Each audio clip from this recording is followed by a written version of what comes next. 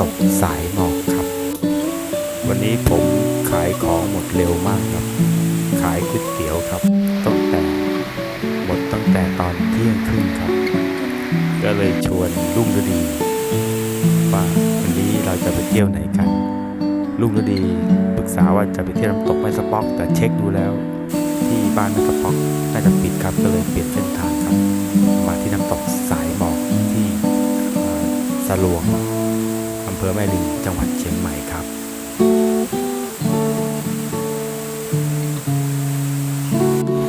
ผมใช้เส้นทางใช้มอเตอร์ไซค์นะครับขับมาใช้เส้นทางเชียงใหม่แม่ริม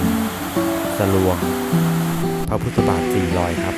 แต่น้ำตกสายหมอกนี่จะอยู่ประมาณหมู่บ้านห้วยส้มสุขครับ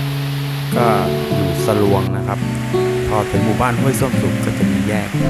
เลี้ยวซ้ายมือครับมีป้ายใหญ่ๆเลยครับเขียนว่าน้ำตกสายหมอกขับรถเข้าไปประมาณสัก3 กิโลบวกลบครับอาจจะเกินนั้นหรืออาจจะไม่ถึงก็จะไปถึงน้ำตกสายหมอกจะมีลานจอดรถกว้างนะครับลานจอดรถที่ทำใหม่ๆนะครับใช้ขวดเล็กๆมาโรยเป็นทางลานกว้างผมเคยไปเมื่อ2 ปี 3 ปีที่แล้วมันจะรกมากครับแล้วก็มืดครึ้มอันตรายครับกลัวงูจะกัดมันมองไม่มีแสงที่ส่องถึงน้ำตกเลยครับ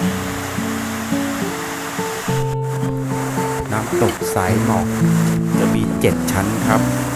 ผมขึ้นไปเที่ยวได้ถึงชั้นที่2ครับแต่ละชั้นนี่มันชันมากๆนะครับเพราะว่าไปได้แค่ชั้นที่2ชั้นที่3ที่4ไม่ได้ขึ้นไปครับไม่มีเพื่อนขึ้นไปเพราะว่าดูแล้วน่าจะอันตราย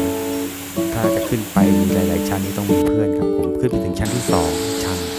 แล้วก็ลงมาเล่นน้ำตกที่ชั้นที่1ครับชั้นที่1นี่จะเป็นลานทรายครับแล้วก็สามารถที่จะปิกนิกได้ปูเสื่อเอาของมานั่งกินแล้วก็เล่นจนพอเหนื่อยก็มานั่งกินแล้วก็พักผ่อนก็ลงไปเล่นต่อได้ครับผมเล่นน้ำตกถึง5 โมงเย็นครับแล้วก็ขับมอเตอร์ไซค์ครับกลับบ้านที่ตัวเมืองเชียงใหม่